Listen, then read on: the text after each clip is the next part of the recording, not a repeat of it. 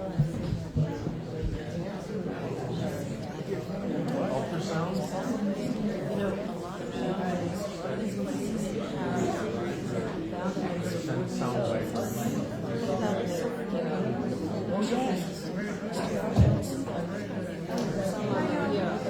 evening, everyone.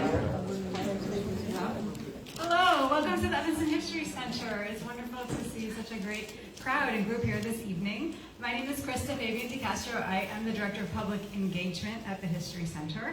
I'm just curious, is this anybody's first time at the Charles Dawes House? Can we see a show of hands? Only a couple. Well, welcome. Welcome to all of you. The Evanston History Center is grateful to be in this historic house, which was the home of Charles Dawes, who many of you may know was Vice President of the United States under Calvin Coolidge, amongst the many other interests and accomplishments that he had, some of which you'll hear a lot more about this evening. This also happens to be Charles Dawes' birthday, so I think it's kind of fun to think about how he might have celebrated his birthday in this house on this day, August 27th. Chris Hartzell, our historian, told me that it's also the birthday of his mother, so they celebrated their birthdays together often, and she lived in Ohio, so sometimes they actually didn't celebrate it here, but went to Ohio. So whether you've been here before or not, we welcome you, and we welcome you to come back. If you're interested in learning more about the house, seeing more of our exhibits, things like that, we do house tours we're open to the public Thursday through Sunday from 1 to 4 p.m. So we hope to see you back either for one of those or for one of our upcoming programs.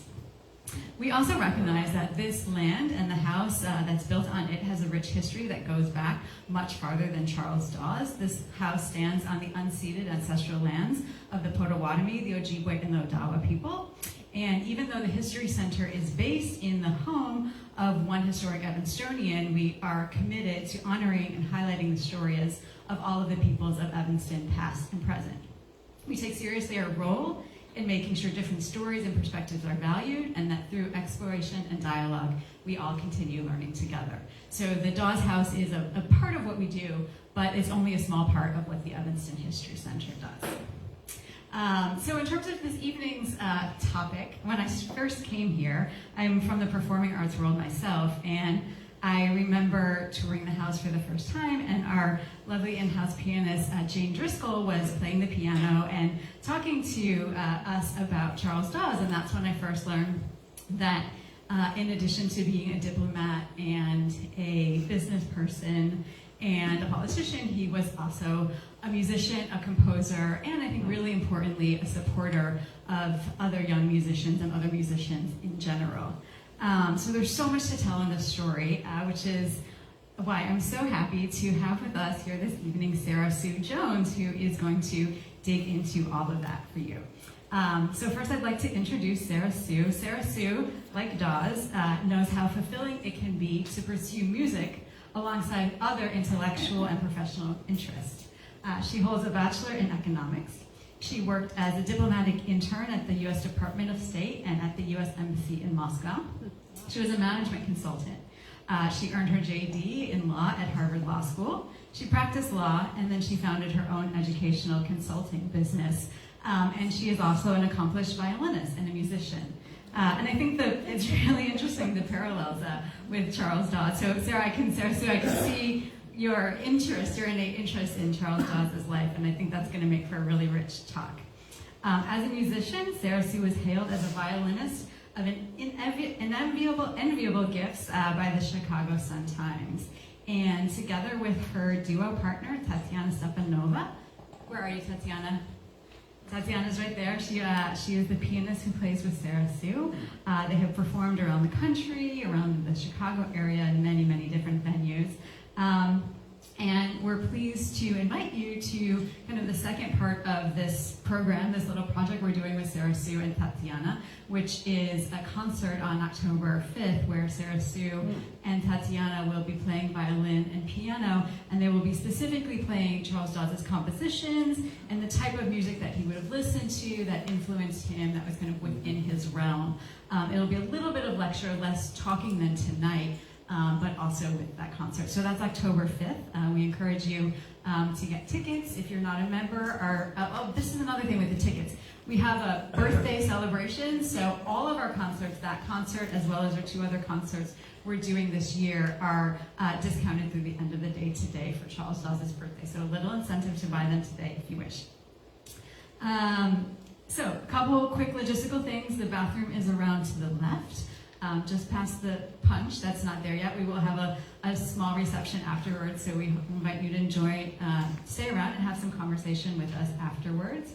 I think we're going to run about 45 minutes. We'd like to have plenty of time for Q&A. We are streaming on Facebook Live. Welcome to everybody who's joining us online. We will have the video available afterwards if you want to share it or send it to some people who weren't able to make it. Thanks again for being here. We hope to see you again. We hope you have a lovely evening. And I'm pleased to welcome Sara Su Jones.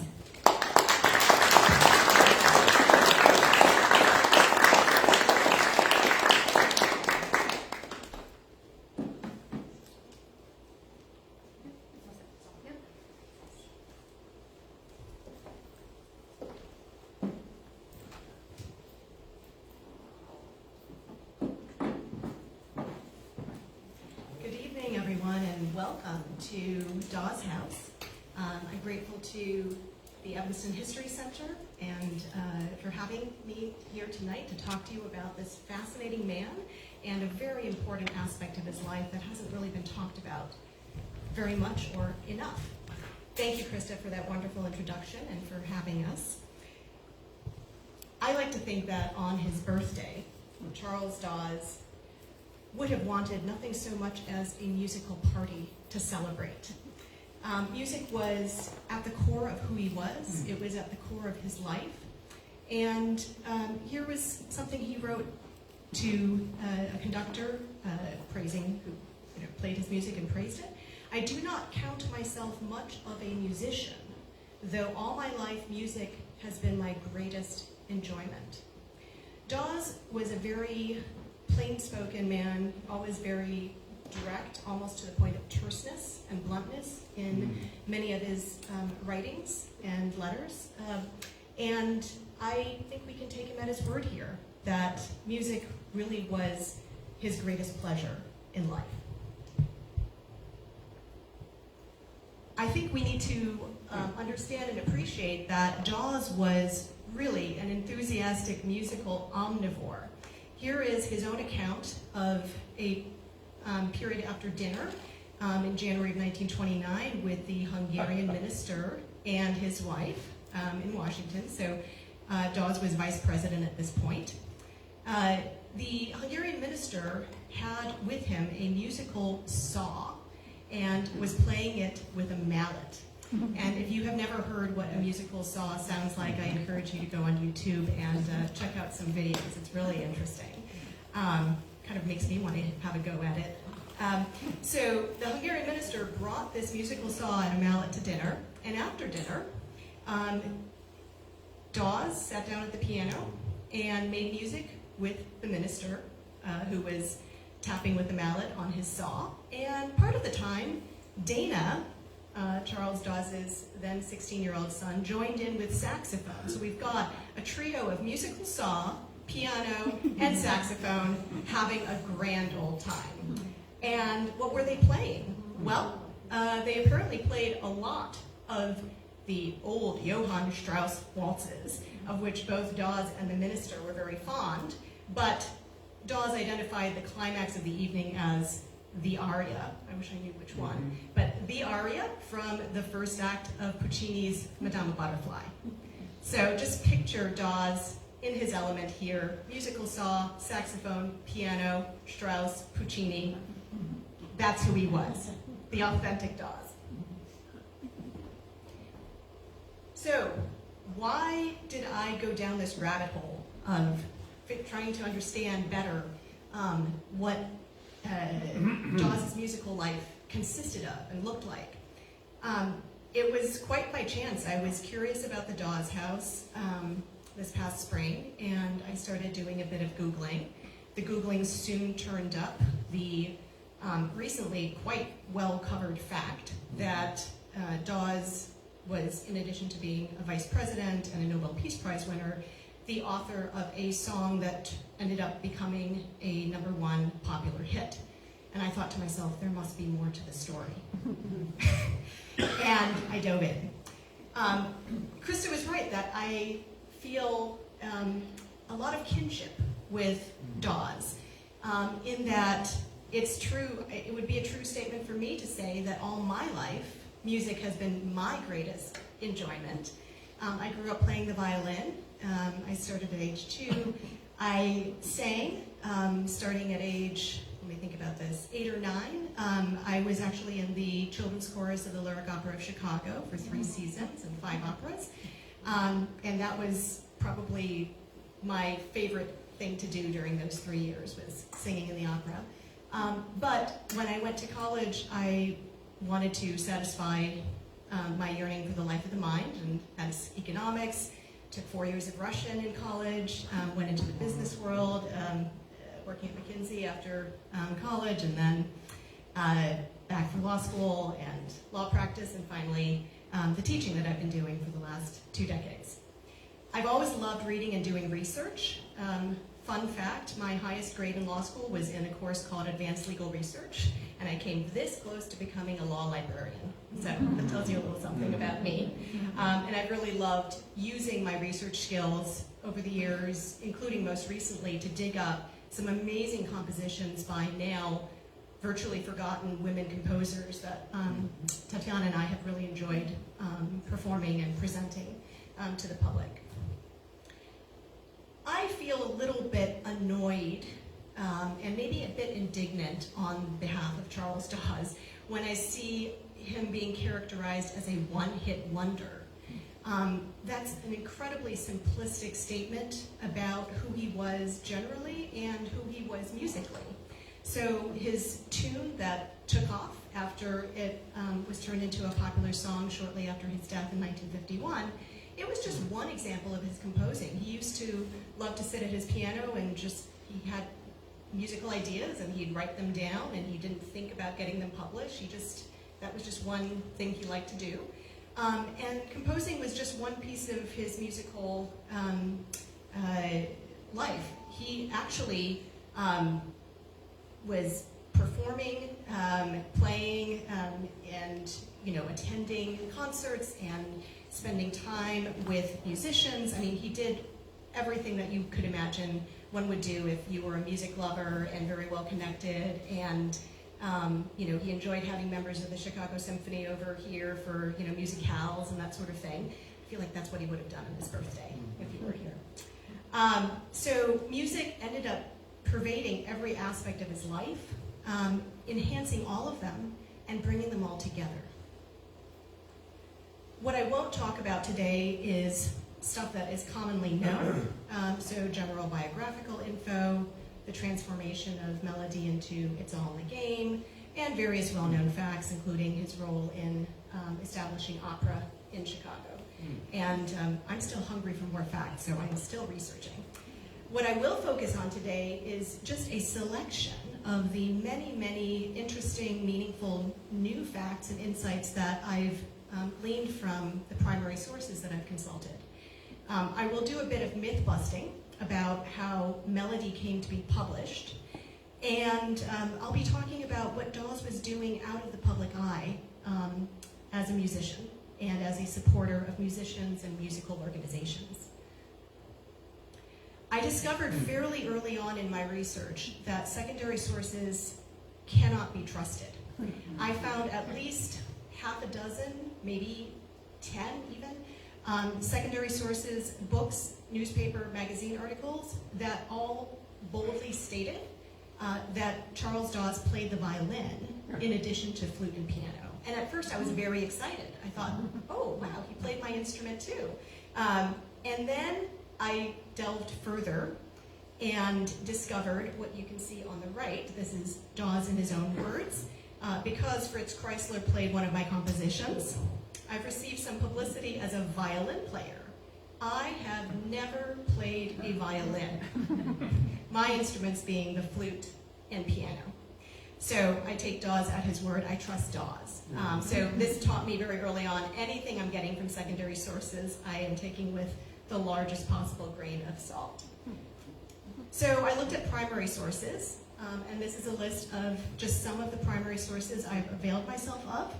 And it's been really, really wonderful digging into all of this. I particularly want to highlight the Charles Gates Dawes archive at Northwestern, which, to my delight, is open to any member of the public. You can just sign up with the Northwestern Library System and tell them which items in the collection you would like to view, and you make an appointment, and you go into this little room in the basement of the library, and they have your files waiting for you. And for me, I've spent many, many hours looking through and handling these pieces of paper from, 1906 and 1912 and 1884, and it's just incredible to just be holding these super well-preserved pieces of paper and knowing that I'm touching pieces of paper that Dawes touched, and it's been an incredible experience for me. And at first time, I never thought of myself as a history buff, and here I am. We haven't really heard much in what's been written about Dawes, about how he came to music. And my sleuthing has led me to this. So Dawes' mother played piano a little bit, and her parents were very musical. So Dawes' maternal grandparents, Beeman Gates, sang and played the flute, and was quite distinguished. I think he was actually a choir master at some point. I mean, he was really excellent musically. And he married Betsy Shipley Gates, who played the piano. Her family got a piano when she was 15, and they were among the first people in Ohio to have a piano. And a year later, she and her sister spent 2 months in Lancaster specifically to advance their piano skills, I guess with some teacher. I don't know exactly who it was. But she was sufficiently serious about it at that point and really enjoyed making music. And because Dawes' father was serving in Washington, he spent a lot of time at his grandparents' home, staying overnight quite often. According to Dawes, as quoted in a New York Times article in the 1920s, his parents never allowed him to take music lessons because they were afraid that he might become a musician. I have some thoughts on that. So the first evidence I can see of in any documentation of Dawes' having an instrument is this letter he wrote to a relative just after Christmas when he was 13, reciting a list of about 8 or 10 things he got for Christmas, including a little flageolet. Now, I don't know if he literally got a flageolet, because you'll see in the next slides his description of what he's got his hands on keeps changing. But this was his first chance to hold something in his hands and make music with it. Presumably, he would have been around a piano and kind of curiously, touched the piano and maybe started tapping some things out, but we don't have any documentation of that. So, despite the prohibition on lessons, he made fast progress. This is his grandmother's estimation of how things were going. So this is February, just after he had gotten the flageolet. He's just learning to sing. He can sing alto first rate, and it is really good music that we make, grandfather and he and I. He sings off as freely as any of us. So we have a picture of a 13-year-old boy unselfconsciously singing, even though he hasn't been at it very long, which to me, again, it feels relatable. It feels like, well, the music's just kind of pouring out of him, and now he's got a way to, make music with his voice. He continues to make fast progress. 4 months after getting the flageolet for Christmas, he writes a letter to his Aunt Betty. I can play with Mother now on my piccolo pretty good. So there's a photo of a piccolo. So, I assume it's the same thing that he got at Christmas, but that's the information we have. And his grandmother notes later that year that he had a coarse voice at that point, but it didn't keep him from trying to sing. Again, I picture this, teenager with music just flowing out of him. And how many 16-year-old kids are addicted to practicing. There might be some music teachers or some former music students in the audience tonight, and you can think about what you were like at 16, or if you have students who are 16, and how eager or not they are to practice. So here's a picture that his grandmother paints. He's 16, he plays the flute very well. Sometimes he goes into the kitchen, he puts his music on a chair, his light on the table, and blows away like a house afire, and won't stop to speak to anybody, so we might as well keep out of the kitchen unless we want to listen. When the clock says 9:30, then we shut down on him and he has to go to bed. Sometimes he hates to. Gosh, I feel as though if I were a music teacher, I'd love to have a student like this. And he goes off to Mrs. Mills to make some music with her, and he's late coming home, so seems to be a habitual thing. He just really is addicted to playing the flute. He continues singing. Now he's a tenor at age 15, singing with his grandmother, and he's got a soft spot. How many 15-year-old boys come up with the idea of wanting grandmother, mother, and himself to play together, to make music together, right? So I think that gives us some wonderful insight into who he was as his authentic self. He's getting better so fast that a year later, at age 16, his grandmother notes that when he goes to Mrs. Mills' place, he actually can only play with Mrs. Mills and not the young lady that is there, someone his age, presumably, because the young lady isn't good enough to play with him at this point. So he's advancing by leaps and bounds. We have some evidence of a little bit of performing that he did as a teenager, and playing the flute in a theatrical production, and then there was a little parlor concert, and this is what the invitation looked like for the parlor concert, and that's what the program looked like. Interestingly, the program doesn't list any composers, so who knows what these waltzes were that he played with Alice on the piano, and who knows what the instrumental trio of himself, Alice, and the young Co on violin, who knows what they were doing. But this is kind of lovely and sort of sets a precedent for the musicales that he would end up organizing and hosting as an adult throughout his life. He aspired as a young man to be an impresario, somebody who represents artists, manages them, and is a concert organizer and promoter. And this is an observation that he made in 1911, when he had just gotten involved with the opera company, which was in dire financial straits. We have to average the equivalent of $250,000 in today's dollars per night to break even, which thought consoles me for having failed to take up the business of impresario for a life's work. So, however difficult his other pursuits might have been, this gave him a moment of gratitude for not having gone down that path. Music was a pillar and a defining axis of his life. His upbringing planted the seeds for all of the music-related things he did in his later life, and gave him a wonderful way, and again here I relate very much to this, it gave him a wonderful way to connect with other humans who enjoy and love music and make music. When he became vice president, Marietta's post of the American Legion presented him with a gavel made from a piano stool that he had used when he was a boy. And for bonus points, it was shaped like one of the pipes that he was so famous for, those unconventional pipes. So that was a twofer. They got the piano stool in and a reference to his trademark pipe. As he became more established and his wealth increased, he was, of course, running the Central Trust Company, and was a banker, financier, and so on.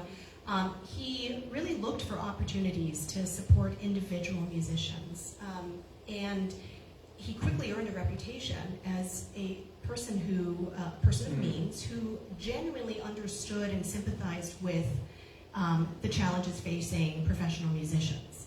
So I've been amazed going through the archives at Northwestern and looking at letters. I'm amazed by the quantity of letters that he received, kind of cold call letters from random musicians from all over the country, many of them from the Midwest, but not exclusively, writing to him, asking him for help, and very often saying something like what this German violinist did in her little note to him.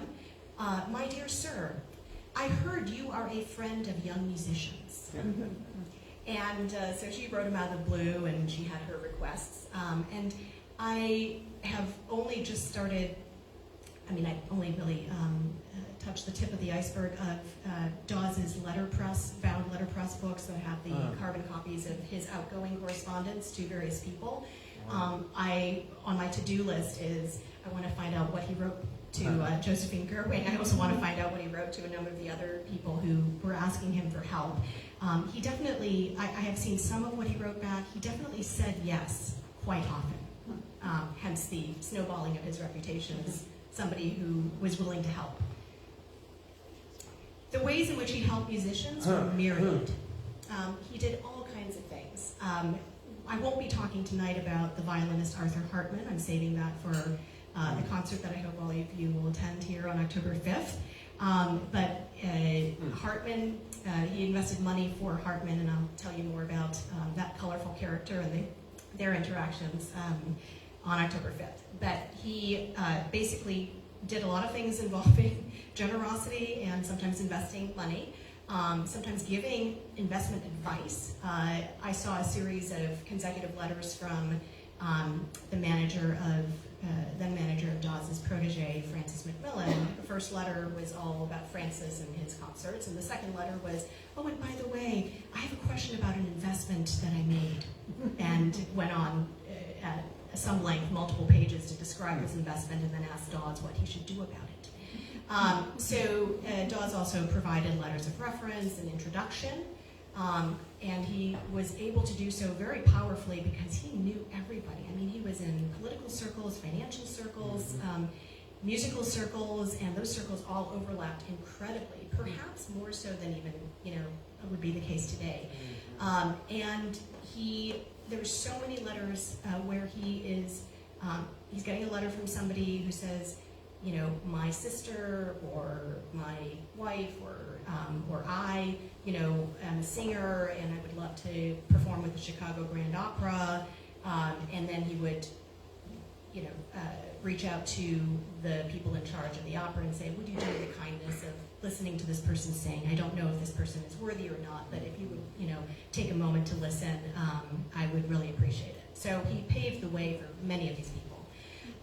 And it's not surprising that he couldn't stop himself from giving fairly strongly worded business advice. You'll see some instances of that on another slide.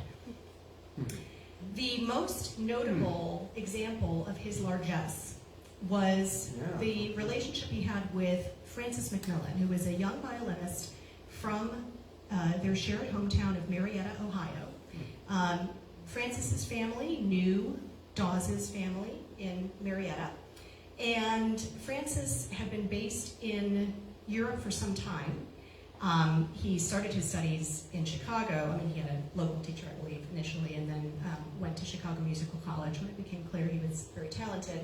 But then he was based in Europe, with his mother for quite a while. And around the time he came to Dawes's attention, he was sort of just another really good violinist who had just been, trained well at a conservatory in Europe. And a dime a dozen, and he wanted to make a really splashy U.S. debut and have a really grand U.S. concert tour, and grand. You'll see he definitely had visions of grandiosity throughout. So his family approached Dawes, and Dawes said yes to helping Francis. And I think that Dawes was partly attracted to the idea of this kid is actually really exceptionally talented, could end up becoming the greatest American violinist, and I guess almost like, a chance to be in on the ground floor of a startup like Google or something. If I'm in, investing in this kid at the very beginning, then I will have something that I can be very proud of, and really feel that I have made a positive impact in the musical world. So I think he was attracted to that. He had seen examples of some of his older colleagues who were serving as patrons of young, talented musicians, and he probably had been thinking for a while he might like to do this. And so he was asked, he said yes. And patriotism and advocacy for American music and musicians is a major theme in Dawes' musical life. You'll see further evidence of this later in my talk. But you can see in this letter that he wrote to the manager of the BSO, the Boston Symphony Orchestra, I feel that Francis is the greatest American violinist and as such is entitled to the efforts of us all who are interested in the advancement of American music. In other words, don't hire him for your concerts just because he's a great violinist. Hire him because he's an American, not one of those myriad foreigners that you keep on hiring to serve. So this is just some of what Dawes did for Francis. I understand from Linda Showalter, who's a librarian at Marietta College, that there is somebody who has done a lot of research on Francis McMillan and was astounded by the sheer dollar amount of what Dawes provided to Francis, and I have every intention of trying to get in touch with that person and sharing information mutually and finding more out about Francis. So there was a ton of money involved, and it was just kind of, to me, I envisioned just this spigot that's just open and just keeps on flowing. And interestingly, one of Francis's key teachers and mentors was Leopold Auer. Dawes actually paid for him, for Francis to go study in St. Petersburg with Auer, and for many years to follow, even once Macmillan had a great career, he would go to Germany every summer to meet up with Auer and get coached by Auer again. And this I can also relate to because I still take violin lessons. I don't know if I should call them that. I get coached. And so it's just a great pleasure to always be trying to further your craft. He promoted Francis's concerts. He seemed to write to everyone he knew who he thought might be interested in attending Francis's concerts, especially early on, and gave a lot of advice and even rewrote part of a contract for Francis. So he helped launch Francis's career. Francis made his U.S. debut at Carnegie Hall. Very prestigious setting, prestigious conductor, prestigious orchestra. The New York Symphony Society was one of the two orchestras that later merged to become today's New York Philharmonic. Dawes traveled to New York especially to attend Francis's concert at Carnegie Hall, the debut concert. And he helped facilitate the appearance of Francis in Chicago, debuting with the Theodore Thomas Orchestra, the precursor to today's Chicago Symphony. Here are some samples of his often unsolicited business advice. So here's a letter to Francis McMillan in the early days. Do not make arrangements for large concerts in the East. Hold down your expenses and work hard, and you will do all right on your American tour, provided you do not blow in all your prospects in extravagant large concerts. So, you know, Dawes was at one end in terms of being very, I don't know if he was frugal or thrifty, but he was sensible about money. You know, he had a sense of when money, what was a waste of money and what was not. And Francis McMillan just really wanted to spend. And then there's a letter from Dawes to McMillan's then manager. This is the guy who also asked Dawes for some investment advice. I am afraid you overplayed in seeking to get an engagement for a series of concerts for Francis with the Boston Symphony. There come many times when too much aggressiveness is fatal. Pretty strong words there. The first composition of Dawes's that ever got published is called Improvisation. And it was written in 1907, published in 1908. And we haven't really, heard much about it or even heard it for reasons that'll become clear shortly. What appears to have happened, what I can deduce from the record that I've seen so far, is that, Dawes was sitting at his piano and, kind of happened upon a little tune that he came up with that he liked, and he sort of put it down on, paper and, just scored for piano because Dawes said that was how he wrote whatever he wrote. He just scored it for piano. And Francis McMillan, who is on the right in that photo, is the shorter of the two fellows, He was then collaborating with the great Dutch composer, conductor, and pianist, Richard Hageman. And Hageman, the guy on the left in this photo, the tall one, he apparently took this little bit of musical writing that Dawes had done in 1907 and spirited it away. And evidently Dawes asked Hageman what had happened to it, and in response, Hageman wrote this: "I never spoke any more about your composition because I wanted to spring a little surprise on you and wanted you to hear it the first time, played by Francis and myself. Forget it for a few months." So that's August of 1907. And what I've gathered from the correspondence I reviewed is that Hageman and Dawes really got along very, very well. They were close friends and remained, they had a warm relationship for decades. And Dawes wrote really effusive letters of reference and introduction for Hageman and really tried to help him in every way possible. He also lent money to Hageman on a fairly regular basis. So Hageman seems to have been the one responsible for taking this piece of music, not Francis. And in 1908, sometime in the first 5 months of the year, it was published by the Teller Publishing Company in Chicago. I don't have any information yet on exactly how that approach was made.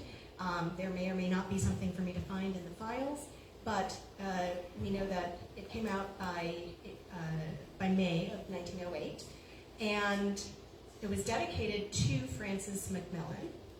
And as you can see here, it notes that it was arranged by Richard Hageman. So did Dawes allow this to be published? He said in his own writings that he never allowed any of what he wrote to be published except for Melody, which came later. That was 1911 and published 1912. So it's unclear whether Dawes consented to the publication of improvisation by the Teller Publishing Company or not. He could have been very surprised by it, except that Hageman did sort of, ruin the surprise by saying, "We have a surprise for you." So what is this piece, improvisation? Well, I'd like to call your attention to the darkest parts of the music that is on the screen. We have a little bit of a, slightly virtuosic opening, and then you can see all those black notes sort of in the middle. And it seems to me that the part that Dawes would have written is the rhythm that we see in, let's say, the second line, third line, quarter note followed by an eighth note, a nice little sort of rolling rhythm. And the B section, the middle section, is marked molto legato e con amore. And I've got to believe this is Hageman at work, definitely not Dawes characterizing it that way, I think.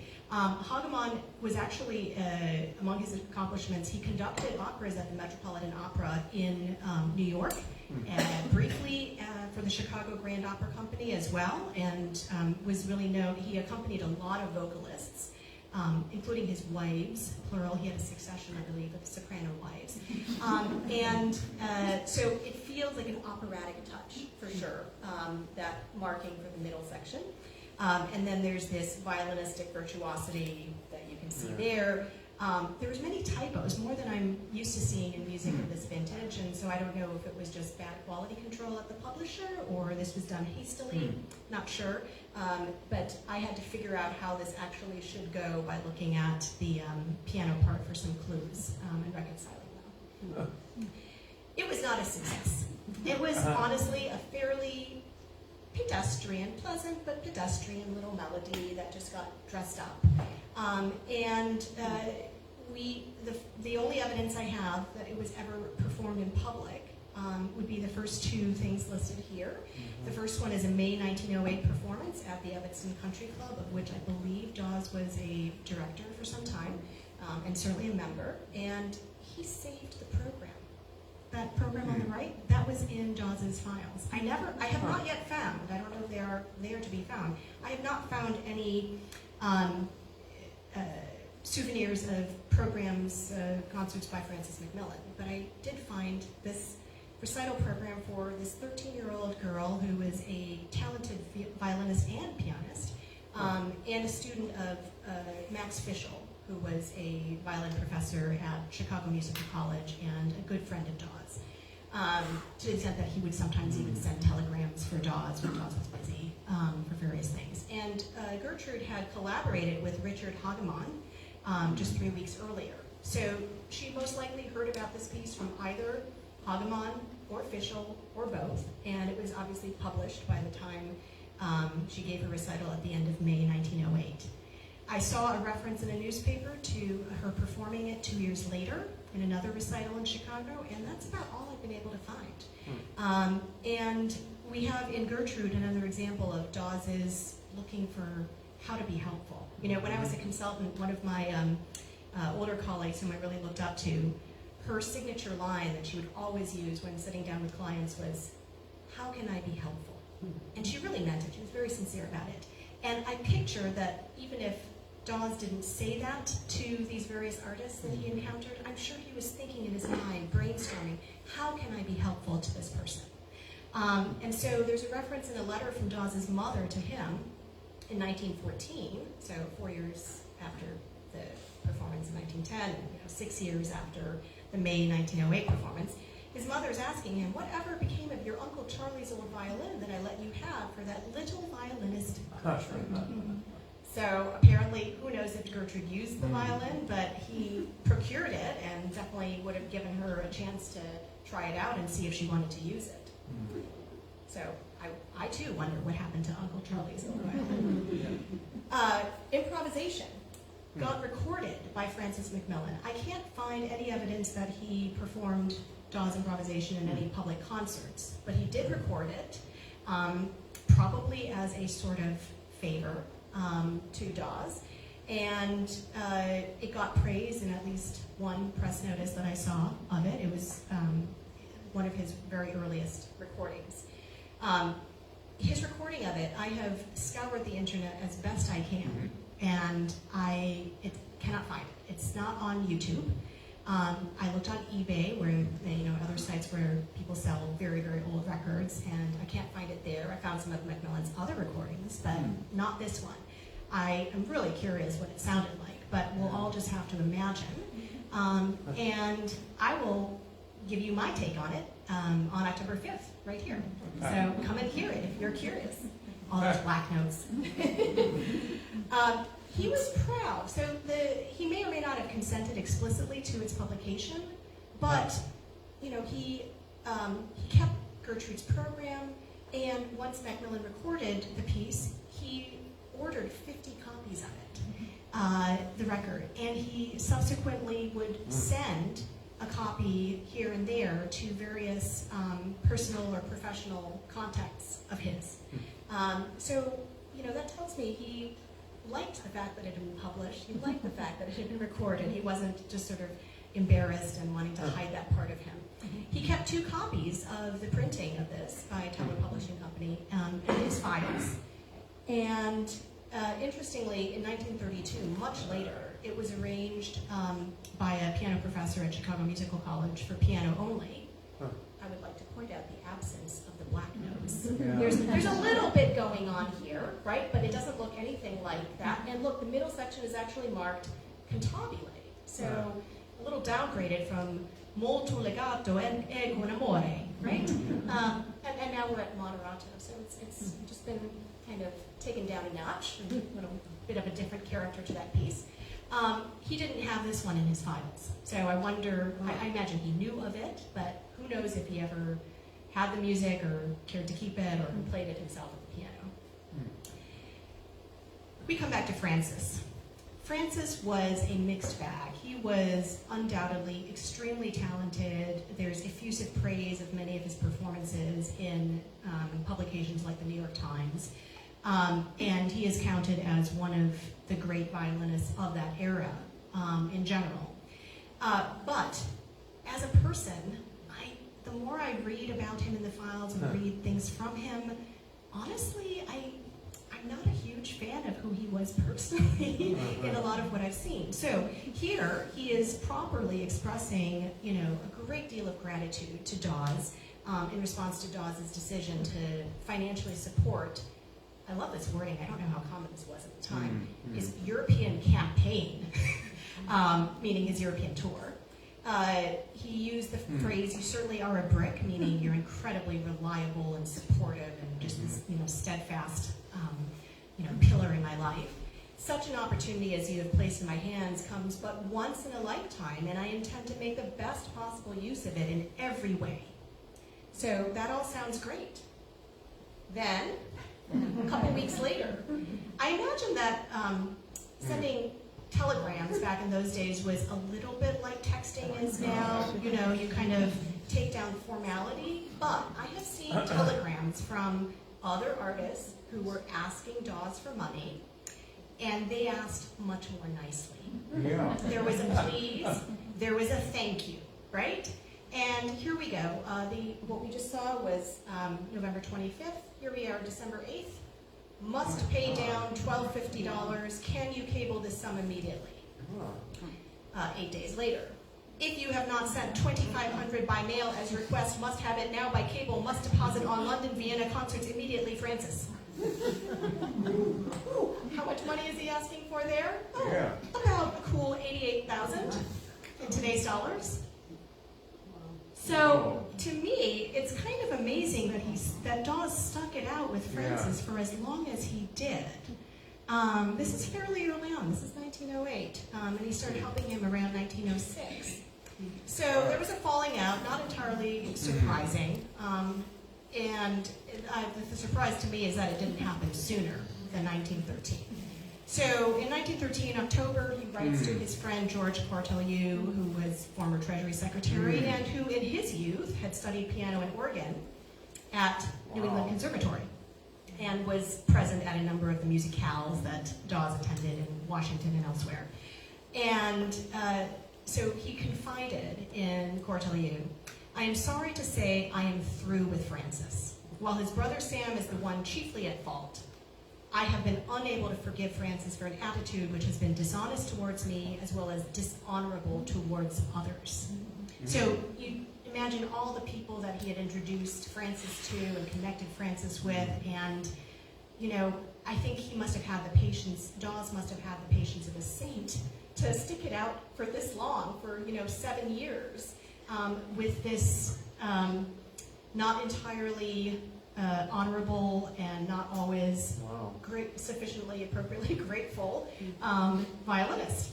And I think, when I wonder, we know that historically, Dawes was known for having an explosive temper, right? And he was not averse to using profanity when he felt the occasion called for it, and so on.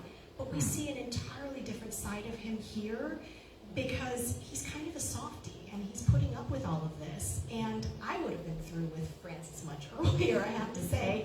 And it reminds me of, a line from Joan Didion, "We tell ourselves stories in order to live." And I feel like, Dawes maybe was telling himself a certain story about Francis. There was this sort of mythology, like Francis is this figure, and I am this figure relative to Francis, and this is who we are. And he really wanted to make that fairy tale come true.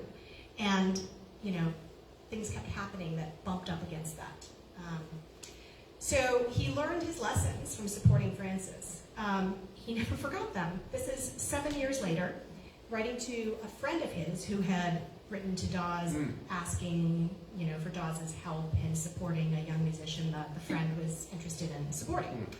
"I have had so much experience with helping musical people that I cannot bring myself, under any circumstances, to get behind anyone else. I made the experiment once of financing a protege, and I think it did more towards ruining him than anything that could be done for him. If your friend has the talent, let him start out in a small way, $50 for an appearance, and grow up through his own efforts, and not make the mistake which I did with my protege, by starting him at the top upon an artificial basis which, as soon as the support was removed, he could not maintain. Most artists," and this is kind of an amazing statement, right, "are so crazed by vanity and ambition that they are not willing to make a career for themselves by starting in a small way." And what was $50 back then? About $800 now. So, still a pretty good amount to be paid for an engagement. So we move to the thing that Dawes is arguably most known for today, even above and beyond his vice presidency of the Nobel Peace Prize. That tune that got turned into It's All in the Game. So most accounts state that Dawes gave the manuscript to Francis, who then took it to a publisher.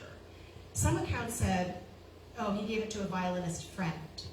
Okay, well, it now appears that it wasn't Macmillan, but actually Max Fischel, who took the manuscript to William Gamble of the Gamble Hinged Music Company. And if you're wondering why the name of the company has the word hinged, William Gamble invented a special hinge for securing sheet music. I actually was going to, but didn't get around to putting a photo of it in my slideshow. But if you just Google Gamble hinged patent, you'll be able to see what that device looked like. So in July 1911, what I found so far is that Virginia Listerman, again, connections through her father to Francis. I mean, it was a very small, interconnected world. Virginia, for whatever reason, I'm going to try to find that in the files if I can, wrote to Dawes asking him to send her, this published composition that she had heard of, which can only refer to improvisation, of course. And Dawes responded, I am very glad to mail to you the only published piece which I have, but Mr. Fischel has in manuscript the one which I think is better. So Dawes himself already knew melody was better than improvisation. It had been 4 years, and I'm sure 4 more years of music making and maturing as a musician, and maybe a little bit of extra inspiration struck him one day in 1911, and he knew that this one was better. So he was capable of clear-eyed judgment of his various compositions. And he writes on the same day to Max Fischel, will you not make a copy of the piece of mine which you wrote out for violin and piano? So again, recall that Dawes said whenever he wrote stuff, he scored it for piano. So all the violin piano stuff was getting scored by somebody else. Previously Richard Hagemann, in this case Max Fischel. And just under a year later, Gamble Hinged Music Company published Melody for Violin with Piano Accompaniment. And this information that Fischel was actually the one responsible for scoring it for violin and piano, although notice, Fischel never took credit. He never put his name on, arranged by Max Fischel. Nope, he just stayed in the background. Tells you a little bit more about the kind of person he was. But this accords with an account he gave to a journalist in 1924 where he said, Fischel made a sketch of the thing that Dawes was playing, so perhaps Dawes didn't even write it down. Initially, it was just a thing he played, and then Fischel wrote it down, and then Fischel took it and arranged it for violin and piano, possibly at the direction of Dawes, because Dawes identified himself as having been, that was still the time period when he was interested in the success of Francis Macmillan, and was probably thinking of, this would be better as a violin piano piece than as a solely, piano piece. So we skip ahead. 1912, it's published. It's modestly successful in terms of some people are buying it and some people are playing it, but kind of not a whole lot is going on. It's not a hit in any way, although I'm sure it's doing better than improvisation. And then 1921 comes along, and apparently in the month of March, Fritz Kreisler, the great violinist, he would periodically get packets of, music that had been recently published that maybe publishers that sent to him and, try this out, see if you'd like to play it in the recitals. And in one of the packets he got was the Dawes Melody. And he apparently, this is according to a secondary source, so take it with a grain of salt, but he apparently sight-read it with his wife at the piano, and they both liked it. So it was a 2 thumbs up from both of them. They added it to his recital programs, at least as an encore, sometimes in the body of the program.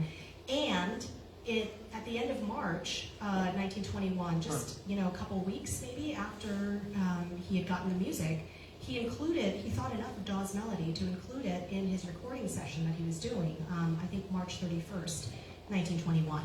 So he's laid down his recording of Dawes Melody. He comes to Chicago for a recital on April 17th, and he performs Melody as an encore. And according to this letter that Fischel wrote to Dawes, the audience liked it so much that it was well enough received to have had a repetition. So they wanted to hear it again immediately after he presented it as an encore. So Fischl, who was a good friend of Dawes, recites all this information that presumably came from a conversation Fischl had with Chrysler either before or after the concert. This accords with the secondary source that says, a copy was sent to Chrysler and he looked it over and liked it. So we've got corroboration there. And has made a Victor record of it. That was the March 31st session a few weeks earlier. He has added 4 measures at the very end, just a few runs.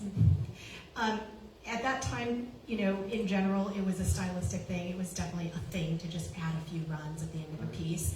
I've refrained from actually playing Chrysler's arrangement of Dvorak's songs my mother taught me for many years because I really didn't like the run at the end. It just felt very out of place. So I love that piece. I might just play it without the run one of these days. Anyway, he added runs, and he commented that he plays it because it's a charming number, but here Chrysler opines it should be called a serenade. But he noted here he had met you, but did not connect the music with you in any way. He was very surprised to find out it was your composition. So, the music that he was playing from just said Charles Dawes, and Chrysler probably just thought, well, that's a common name, didn't really think about it. And so, about those extra bars. So this is, I think that we actually have 2 sets of extra bars by Chrysler. So my working hypothesis, I'm waiting to confirm this because there are no local libraries and there's no internet source that has full text available to me right now of the 1912 printing of Melody. So I'm chasing that down to confirm my hypothesis. But my hypothesis, based on the statement here that Chrysler added a few runs, is that most likely when this was initially printed in 1912, the piece ended right here. And then you see the black notes following. Yeah. I think those were added by Chrysler. There was a second copyright taken out by Gamble Hinged Music Company in 1921. I expect I'm going to find that those black notes exist in this version and not in the 1912 version.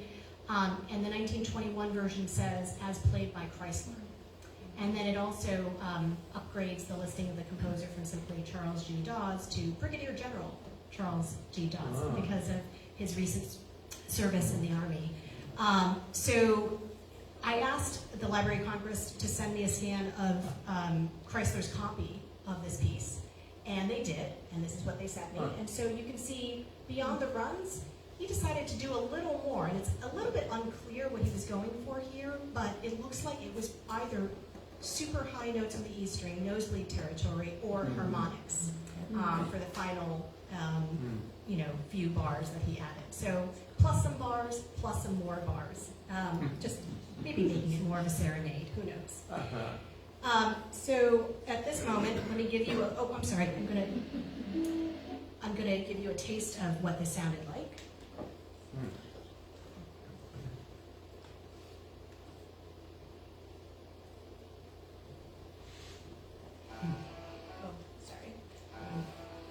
I'm sorry, one moment.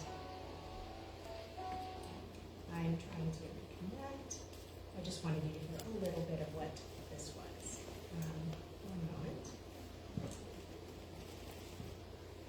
Connecting to the speaker. And apologies to the Facebook live stream audience if you have any trouble hearing this.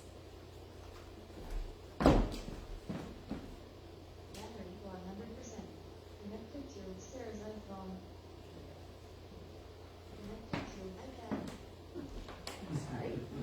Okay. So, Chrysler.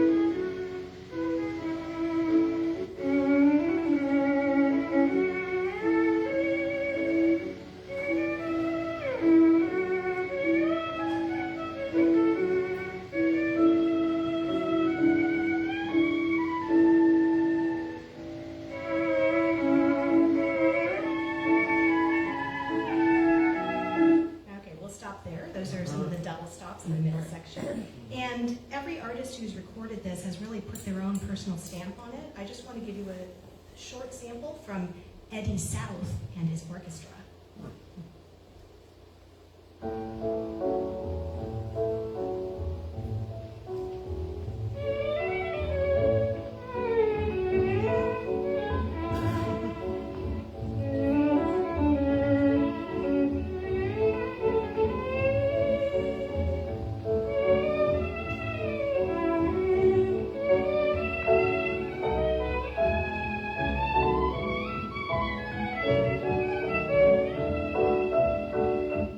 Definitely adding a few flavors of his own there.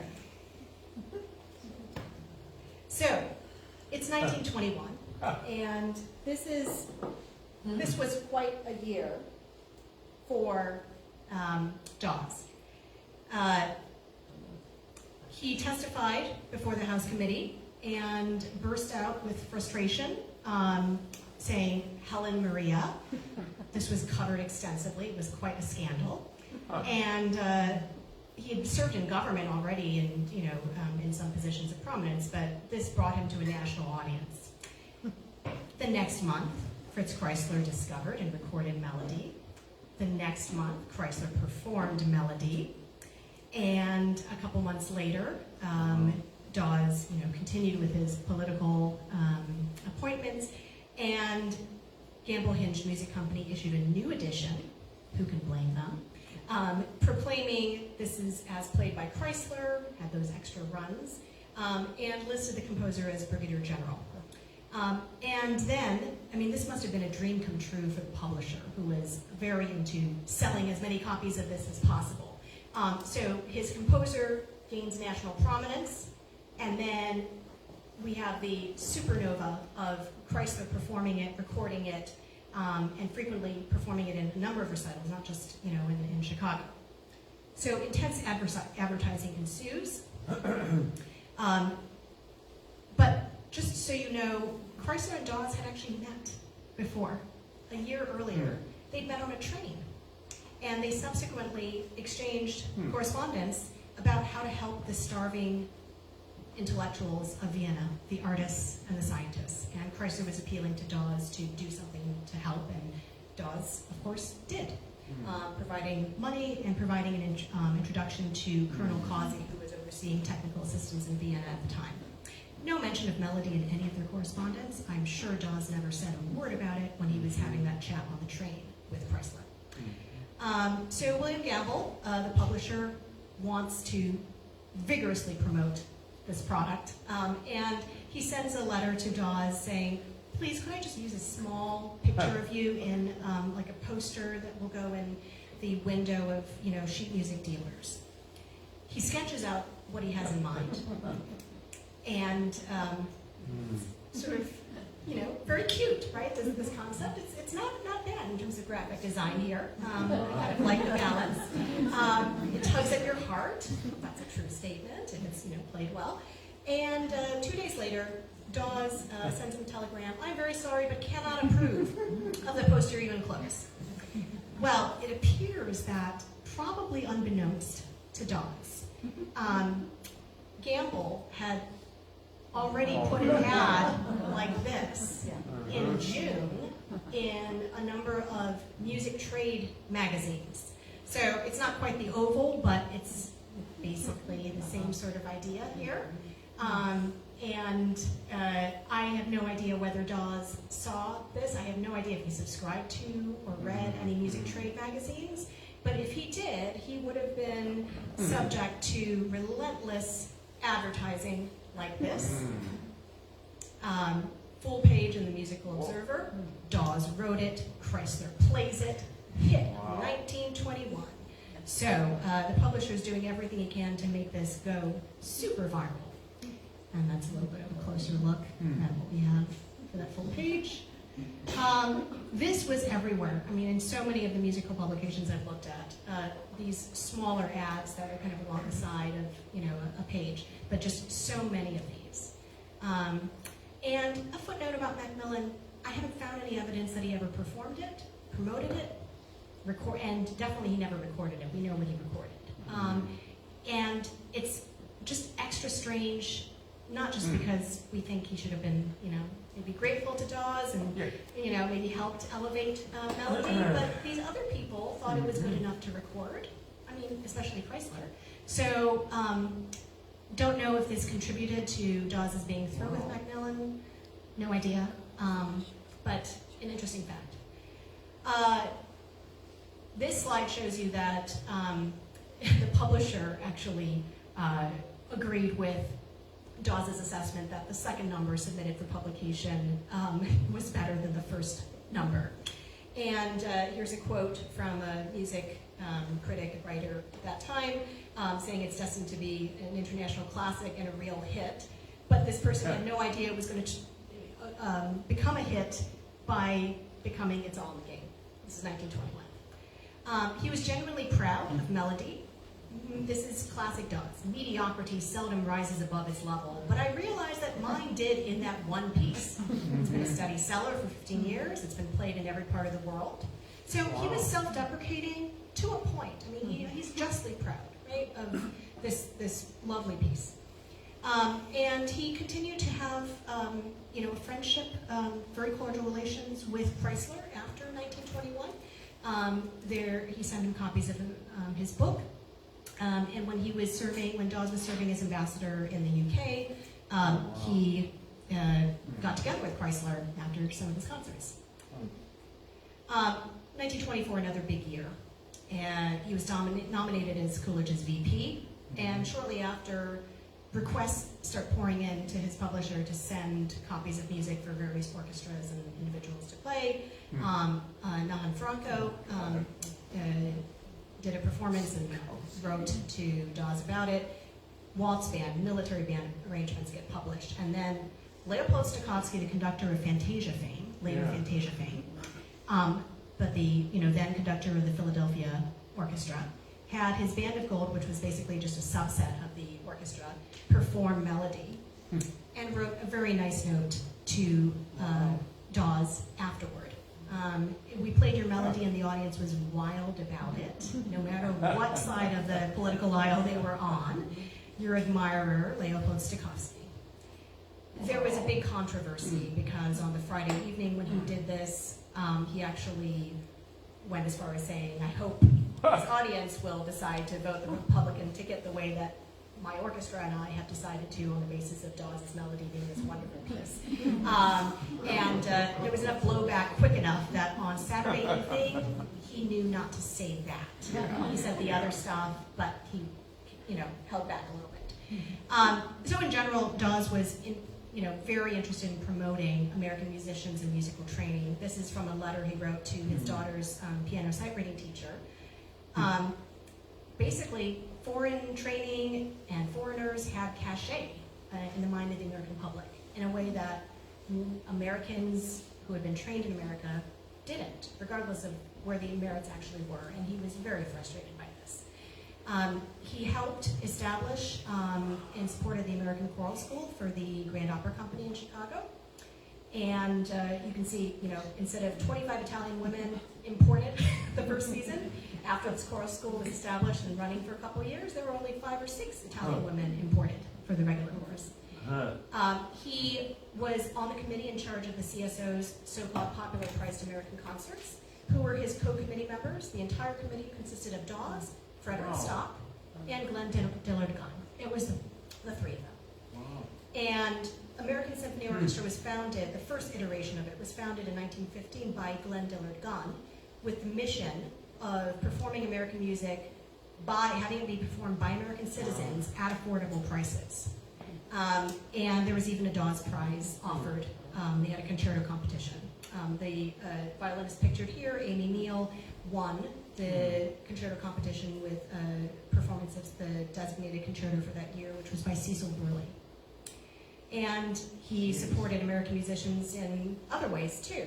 His music hall right here on July 4th, 1911 included, he brought the whole, a bunch of chorus members over, and the American section of the opera company's chorus.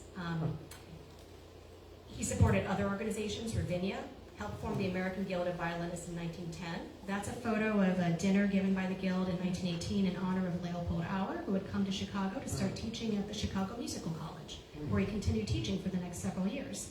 And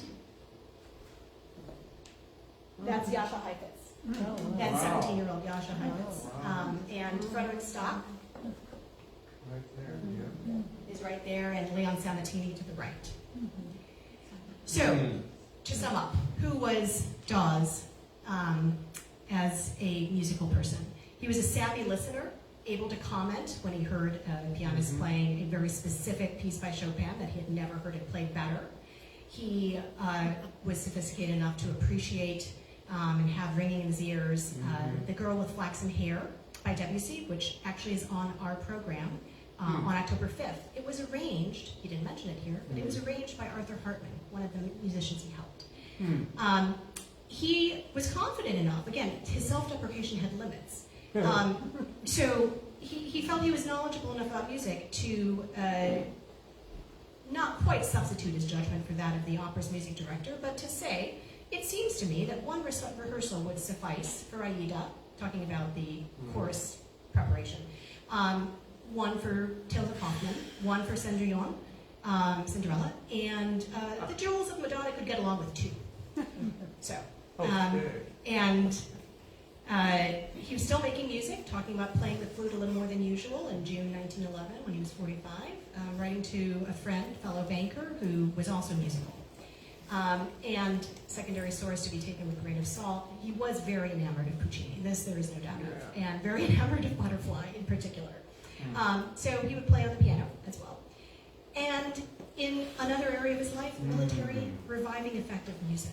You know, it meant to us all that we were welcome, we had mounted to something, that somebody was glad to see us.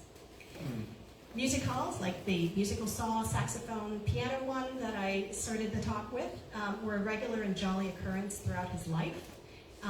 He made a lot of friends among musicians and had them come right here. And they read chamber music together. I'm curious whether he was on flute or piano or kind of half and half. And I think you learn a lot about a person when you see what their aspirations are for their children. His daughter, Carolyn, was 20, was playing piano, wanted to get better at sight reading. He reached out to Joanna Hesper, who was known for a special, innovative method of making you a better sight reader. And in his letter asking her to take on Carolyn, he said, I don't want her to become a concert player.